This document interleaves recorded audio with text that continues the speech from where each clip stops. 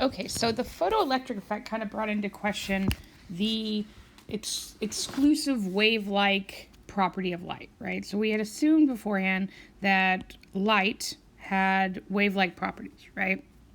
And so the whole idea behind the photoelectric effect is that it showed that light, while we can imagine that it is a wave, also has particle-like properties, right? So the particle-like properties of light come in with respect to the energy of light. We imagine the energy of light being like these little photons, these little packets of energy, okay? So light, while we do imagine it is a wave, also has particle-like properties. So that whole idea and the development of that idea through the photoelectric effect kind of brought into question whether or not matter, which we had assumed to be entirely particle-like, maybe also had wave-like properties as well, right? So we have this particle-wave duality for light. Maybe for matter, we'll see the exact same thing. So maybe matter, while we believe it to be particle-like, maybe it will also have wave-like properties, okay? And so one of the kind of, again, underlying questions that had yet to be explained with respect to matter was something called atomic spectroscopy. Okay, so this was one of these puzzling questions where we couldn't explain it at the time. We couldn't explain what we saw with respect to atomic spectroscopy just by considering the particle-like nature of matter. All right, so what is atomic spectroscopy? So certain atoms and certain molecules, when you excite them, give off very distinct colors of light, right? So we can see this in the form of fireworks, in the form of flame tests. I don't know if you guys actually got to do flame tests, but when you burn certain elements, certain metals, they give off very distinct colors.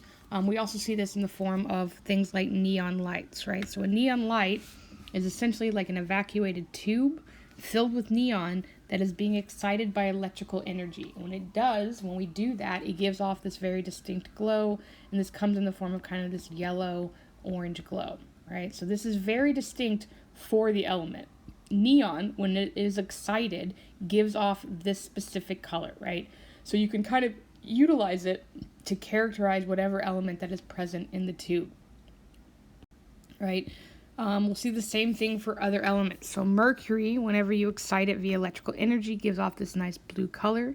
Helium gives off this purple color, and hydrogen gives off this reddish color. So again, these emission spectrums, that's what we're referring to, the colors that they glow, are characteristic of the element, right? And so hydrogen, regardless of where it was prepared, when you excite it via electrical energy, will always glow red. Same thing for helium, same thing for mercury. Okay, so that's not necessarily the problem, right? Them glowing these specific colors. But what becomes more of an issue with respect to the model that we had, the classical model of matter, is what happens when you take these colors, and they're glowing colors, and you pass them through a prism, right? Or what we call a spectroscope. So when you pass light through a prism, what prisms do is they break it up into their component wavelengths, right? So if you were to take complete white light, so just normal light, and pass it through a prism, you would get essentially all of the colors of the rainbow. That's what the prism is supposed to do. So when you do the same thing with these elements and the colors that they're glowing, you don't get what you would expect, which would be all the colors of the rainbow. Instead, what you get is a very discrete pattern that, again, is characteristic of the element. So, for example, if we were to take hydrogen and the light that hydrogen glows when it's being excited by electrical energy, and we were to pass that through a prism, we would get on the other side what is called the emission spectrum of hydrogen.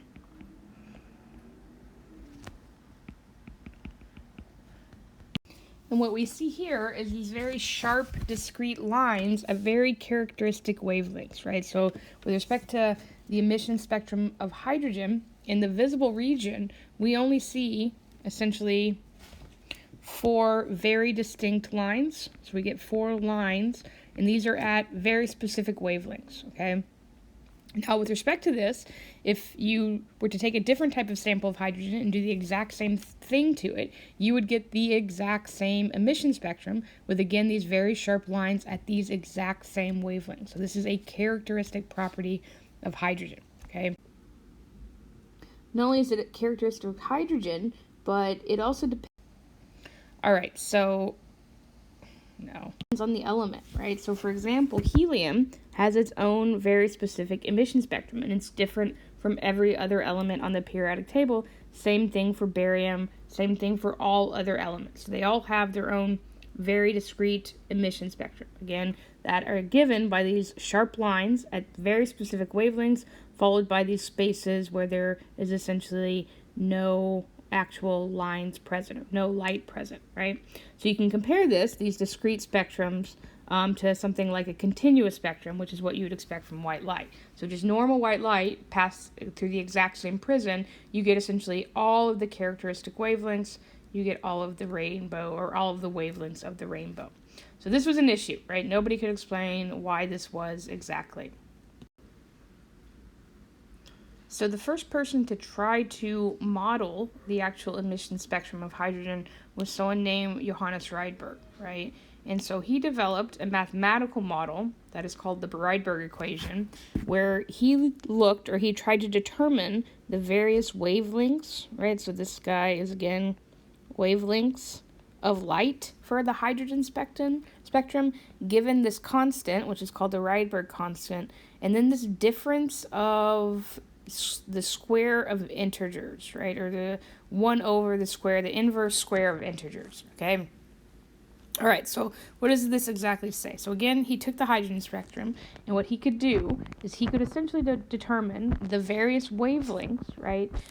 Given that m here and n here had to be integer values. So this was the big kind of development with respect to the Rydberg equation, is that these various wavelengths could be described by the difference in the inverse square of integers. And again, these numbers had to be integer values.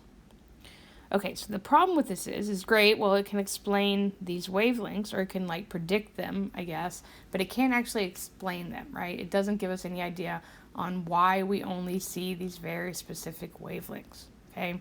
So again, it's a model, but it doesn't actually give us any type of idea or any type of theory behind why this is. Okay, so the first person to try to actually explain why you actually saw this with respect to these various emission spectrums was this guy named Niels Bohr, right? And so he tried to explain the emission spectrums in the following way, right? So he imagined that an atom, or hydrogen, had a nucleus, right? And then what he thought was that electrons would essentially lie in these radiuses, in these very specific orbits that had a very defined radius away from the nucleus, right? So he imagined these electrons kind of like orbiting the nucleus, like planets orbit, right? But they could only be at very specific fixed distances away from the nucleus, right? So he had one energy level, a certain radius away, and then he predicted another energy level, a farther distance away, okay? And so these radiuses that these electrons were orbiting were fixed, right? And he imagined these guys going out and going out. Okay, so another big assumption that he made is that electrons could only lie in these orbits, right? They couldn't be found in between orbits, right? They had to actually be in these orbits. And again, these orbits were given these various integer values. So this is where it kind of comes back in with respect to the Rydberg equation. Okay, so with respect to the Bohr model, again, he imagined that these electrons were essentially in these orbits, and these orbits were fixed distances from the nucleus, right? And these electrons can only be found in these orbits. Now, his big leap of intuition, or his big idea with respect to these emission spectrums, is that we were seeing light being emitted from these elements because we are seeing transitions between these various orbits, right? So, for example, if we had an electron and it was in a higher energy orbit, or a radius that was farther from the nucleus, right, it would, when it fell to the lower radius, right, the smaller radius closer to the nucleus, it would essentially emit this difference in energy between the two levels as light, right? And so that energy difference between these various levels would be emitted as light, and that's why we're seeing these very sharp, distinct lines in our emission spectrum, because it was due to these very specific distances or very specific differences in energy between these various orbits, okay?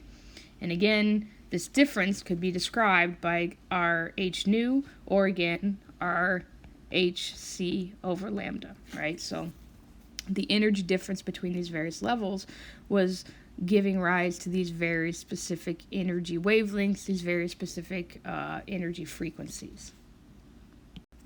Okay, so Bohr believed that all electrons naturally, as is, lie in what is called the ground state energy level. So this is going to be the lowest energy state, or the radius that is closest to the nucleus, right? So this is what we would call the ground state. So again, lowest energy state.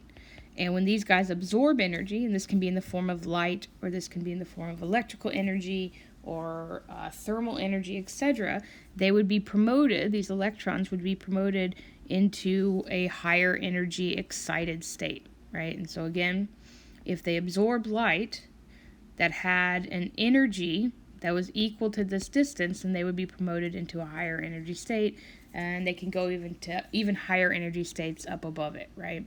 So this is what is called this movement from the ground state to the higher energy state. This is what is called absorption. So they absorb light. We could also see a transition from a higher energy state down to a lower energy state. And again, we would see emission of a photon of light that had this energy difference. This is what is called emission. Okay, so if we go from the ground state to a higher energy state, this is absorption. If we go from a higher energy state to a ground state, this is emission. And we can actually calculate this difference in energy between these various states via this equation, right? So this is how you would calculate just the difference in energy between these various energy states for the hydrogen atom, right? So this is essentially a constant, this 2.8 or 2.18 times 10 to the minus 18th joules times 1 over NF. So this means this energy value for the final state of the electron, right? So this would be some sort of energy value 1, 2, 3, depending on where we were. So n equal 1 is the ground state, and as we keep raising up, this is what n is referring to, and then minus 1 over ni squared. So this would be the initial state. Okay, so again, final state minus initial state, and it's just the square of those two. So once you can calculate this change in energy between these various states, then you can also calculate the frequency of energy required to essentially achieve that delta E, that change in energy, as well as the wavelength, right? So we have these two equations that relate energy to frequency and energy to wavelength. And again, this would be the frequency or wavelength of light that would lead to these either absorptions or would be given off by these various emissions. All right, so again, if we have an electron that's in a lower energy state and we absorb light and promote it to a higher energy state, again, this was called absorption, right? And so this means that NF is greater than NI, so this is this instance. Then we're going to have a positive delta E, right? And so we can again solve for the frequency of light that would lead to that via our little h nu equation. If we have emission, which is falling down from a higher energy state to a lower energy state, so N final is less than N initial, then delta E is going to be a negative value, right? But because our wavelengths or our frequencies of photons can't be negative, then essentially we have to take the negative of that. This kind of goes back to the whole system versus surroundings thing, okay? So regardless if we see emission or absorption, we can still calculate the frequency of light as well as the wavelength of light that would lead to these various transitions, and we would just kind of ignore the negative values with respect to these guys. Okay, so what is the problem with the Bohr model, right? So this Bohr model is nucleus, and then we have these very specific fixed distances away from the nucleus that the electron can essentially be in. Okay, so number one, it only works for hydrogen. So the Bohr model of the atom can't explain anything other than hydrogen. It can't explain the emission spectrum of anything else. Number two, Bohr still thought that the electron was orbiting, right? He thought it was moving in this circular motion around the nucleus. The problem with that is with respect to circular motion in charged particles, right? So if we're moving in some sort of circular motion, then this negative charge particle, this charged particle in general, essentially is constantly accelerating or constantly decelerating. And so because of that, this guy should be constantly giving off energy in the form of light. And long term, it doesn't have this infinite well of energy to essentially supply to this. It would slowly lose energy and spiral into the nucleus. So this was another problem. Bohr could not explain what he called this peculiar mechanical stability with respect to these orbits. So that was another problem and another thing that this actual Bohr model of the atom couldn't explain. Okay, so let's look at how we would actually go about trying to essentially determine one of these types of problems using the little equation that we were just given. So we have an atom of hydrogen, right? And we see that it makes a transition between the n equal to 3 energy state and the n equal to 1 energy state, right? So it's starting at 3 and it's going to 1. So we can imagine, we drew out like our little energy diagram here, that we have n equal 1, n equal 2, and then n equal 3. And right now we have our little electron. It's in the n equal to 3, and it's going to the n equal to 1, right? So what we're looking at is this difference in energy between these two states. Once we know that, we can plug it into our little equation, energy is equal to h nu, to figure out what the frequency of light is, or more importantly, energy is equal to hc over lambda, to figure out what the wavelength of light would be to essentially account for this transition, or to essentially be the wavelength of light that this transition is giving off. Because again, this energy difference is being given off in the form of some sort of photon of light. All right, so to do this, we will need our little equation that we just derived. So this was a minus 2.18 times 10 to the minus 18th joules. And this is times 1 over n final. So this is n final was equal to 1. So this is 1 over 1 squared minus 1 over n initial. N initial was this guy, which is equal to 3. So 1 over 3 squared. Okay, so then all we have to do is calculate this. So this is going to be equal to minus 2.18 times 10 to the minus 18th joules times 1 minus 1/9. So 1 divided by 9, which gives us 0.889. So we multiply that in. That gives us a delta E equal to minus 1.94 times 10 to the minus 18th joules. Okay, so again, what we're doing here is we're emitting a photon of light. So the energy of that photon is essentially going to be the negative of this energy of transition. So this is what we have been calculating, this transition energy. So the energy of the photon is going to be a positive 1.94 times 10 to the minus 18th.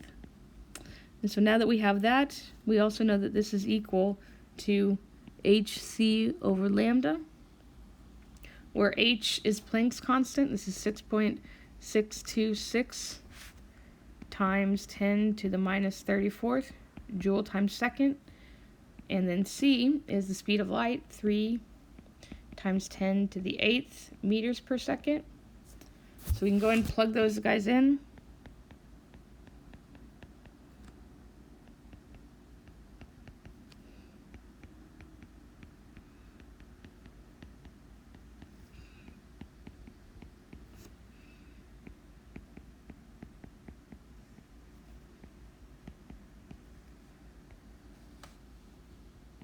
And solve for wavelength. Okay, so when we do that, we will end up getting a wavelength equal to 1.02 times 10 to the minus 7th meters. And so frequently with respect to these types of problems, we'll want to be dealing with nanometers, because again, nanometer, that's the range of visible light. And so if we converted this meter to nanometer, this would end up being 102 nanometers. Okay, so again, in this transition of going from this n equal to 3 excited state to this n equal to 1 ground state, we'll see this transition, and it will be accompanied by a photon of light that has a wavelength of 102 nanometers. Okay, so that is going to be it for this video assignment. So again, I would be familiar with all the questions that I asked within. So questions 6.1 through, I think, 6.4, as well as being able to calculate this energy or wavelength or frequency of these various transitions in the hydrogen atom utilizing our little equation up here, as well as our relationship between energy and wavelength, which we use down here.